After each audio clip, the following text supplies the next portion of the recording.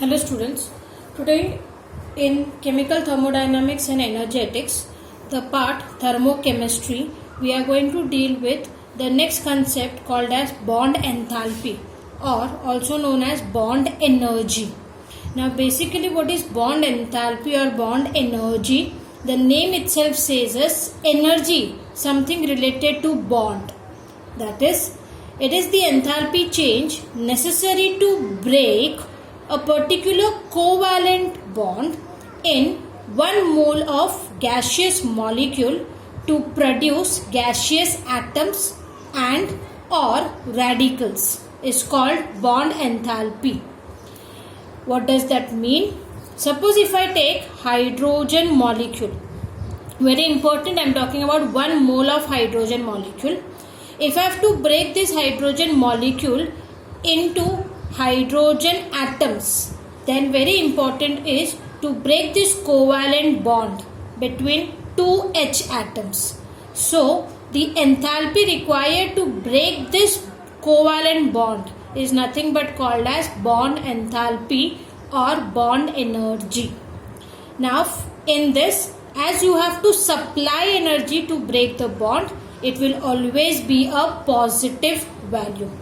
Depending upon the bond length, depending upon the atomic size, the bond enthalpy will change.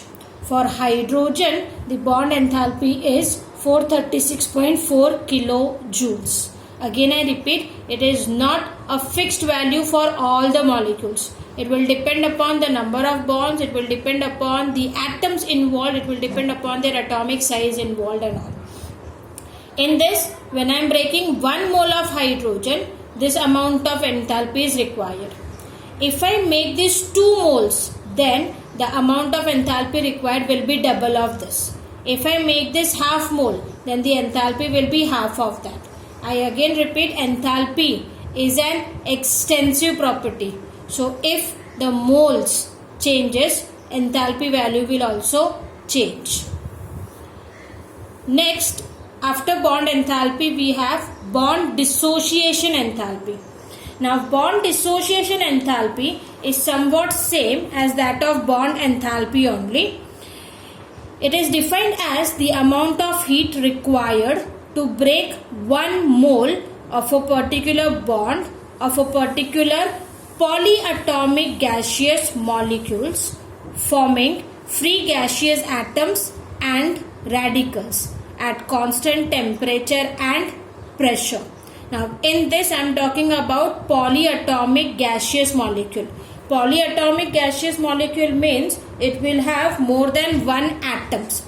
Now need not compulsory that the molecule will comprise of all same atoms. It will depend upon the molecule. The bonds can be between 2 CH atoms, the bonds can be between 2 Cl atom, the bond can be between CCl atom. Depending upon that, the bond enthalpy will vary, and that time that energy will be called as bond dissociation enthalpy. Again, it is the amount of heat required, so that will again be a positive value which is dependent upon the temperature and pressure. So the two important concepts we have, bond enthalpy and bond dissociation enthalpy. Now how this bond enthalpy is related to the reaction. Total enthalpy change during a chemical reaction. We are going to now identify this, but not with respect to the enthalpies, but with respect to bond enthalpies we are going to have. If we remember, when we have done enthalpy of reaction with respect to enthalpies, the formula was summation of enthalpies of product minus summation of enthalpies of reactants. But in this it is not going to be the same. The difference will be, whenever a given reaction proceeds, until and unless the existing reactant bonds are broken, new products bond will not be formed. So for any given reaction to take place, the first important thing is the existing reactant bond should break. Until and unless the reactant bonds are broken, new product bonds will not be formed. That is why when we find out enthalpy change during a chemical reaction, with respect to bond enthalpy, the formula is little bit different. This time the formula is the sum of amount of energy required to break all the bonds of reactant molecules and energy released in the formation of all bonds in product molecules. So, if I say this in the form of formula, enthalpy of reaction will be a difference between summation of standard enthalpies of reactant bonds minus summation of standard enthalpies of product bonds. So this time the formula is changed a bit, that is reactant bonds minus product bonds. It is not the same as what we have done previously. So if I have to say this with respect to an example, consider an example where the reaction is methane combines with chlorine to form methyl chloride and HCl, and it has been asked to find out standard enthalpy of this reaction with respect to bond enthalpies. So the first and very important step is to write down this chemical reaction in the form of bonds, that is to open the molecule, because until unless we write down them into the form of bonds, we will not find out or will not be able to write how many bonds it has and which it has. So CH4 can be written as carbon at the center with 4 hydrogen bonds. Chlorine, that will be Cl single bond Cl. Methyl chloride will again have carbon at the center, 3 hydrogen bonds and 1 chlorine bond. HCl will have 1 HCl bond. So if I have to find out standard enthalpy of reaction with respect to bond enthalpies, as the formula says, summation of enthalpies of bond enthalpies of reactant bonds minus summation of bond enthalpies of product bonds. So in this, CH4 has total 4 CH bond enthalpies. So it will be 4 into standard enthalpy or bond enthalpy of CH bond plus 1 CCl bond, that is your nothing but reactant bonds, minus summation of product bonds. So in product we have 3 CH bonds. So bond enthalpy of CH, 1 CCl bond and 1 HCl bond. So we will sum up all these 3. That value we will subtract from the summation of this, and that will give us standard enthalpy of reaction. In this, there are many numericals which can be asked. So for numericals, the first thing is, according to the reaction, we will convert that into the bond enthalpy form, and then we will substitute the values depending upon how many bonds and which bonds we require. After understanding the concept of bond enthalpy, the next concept we have, there is one law called as Hess law of constant heat summation. Now this Hess law is basically telling us something about the enthalpy of the reaction again. What the statement says, it states that the change in enthalpy for a reaction is the same whether the reaction takes place in one or a series of steps.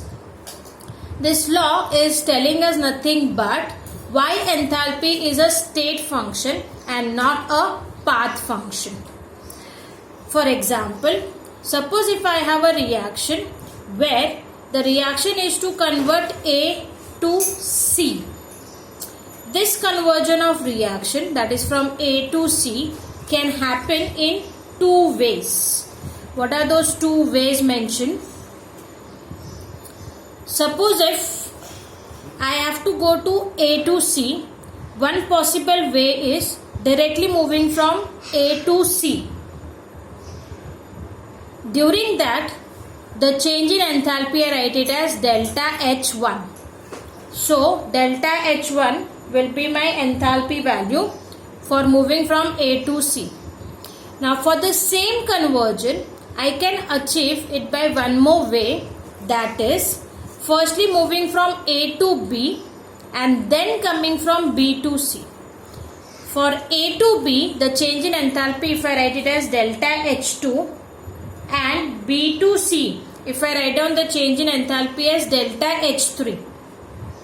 When I sum up both this, ultimately I am getting A to C only, and that delta H naught will be nothing but the sum of the two enthalpies, delta H2 plus delta H3. So if I say that I have to find out the change in enthalpy for A to C, I had two values, one as delta H1 and second I had sum of delta H2 plus delta H3. If I calculate the two things, or if I compare the two, both the values are going to be equal.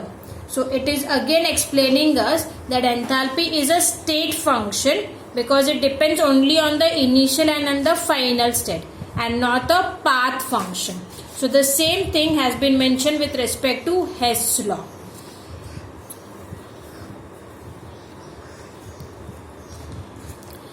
Now Hess law has got a very important applications. Sometimes the question can come as give the statement of Hess law, or the question can come as give the applications of Hess law. So let us just see the applications of the Hess law. The first application is it is used to calculate heat of reaction which do not take place normally. Means there are many reactions which are highly explosive if carried out in the laboratory, and such explosive reactions definitely we do not carry out in the lab. For those explosive reactions, without carrying out the reaction, if I have to find out its enthalpy, then I can make use of this law, that is Hess law. Second, it is used to calculate heat of formation, combustion, neutralization and ionization. Means practically speaking, all the types of reactions enthalpy or heat can be calculated where you do not have to carry out the reaction in the lab. Means no practical thing is required. Only and only experimental value or only and only a theoretical value can give you the answer. Second, the third application is it is used to calculate heat of reaction of extremely slow and fast reaction. Now we know the chemical reactions carrying out in the lab or the chemical reactions taking up place naturally can be categorized into three types. One is slow reaction, second is moderate reaction, and third is fast reaction. Now slow, moderate or fast, it depends upon the rate of the reaction. That is nothing but the reaction required, the time required to complete the reaction.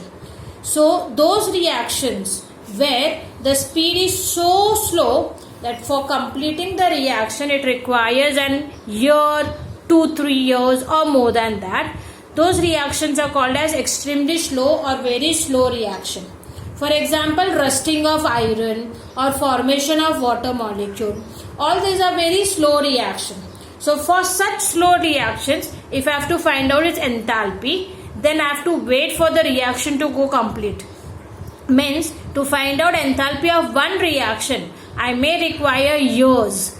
Practically speaking, no one has that time. So at that given moment of time, we are going to make use of Hess law. Similarly, fast reactions. There are n numbers of reactions which takes up place before our eye blinks. For example, oxidation of sodium metal. We all know that when sodium metal is exposed to air, it catches fire. That is nothing but a reaction where sodium combines with oxygen. Now that reaction, if it happens before the blink of our eye, so definitely the reaction span is very small. And for such a small span of reaction, it is not possible to find out the enthalpy. So for such reactions also, by making use of Hess law, we can find out the enthalpy of the reaction.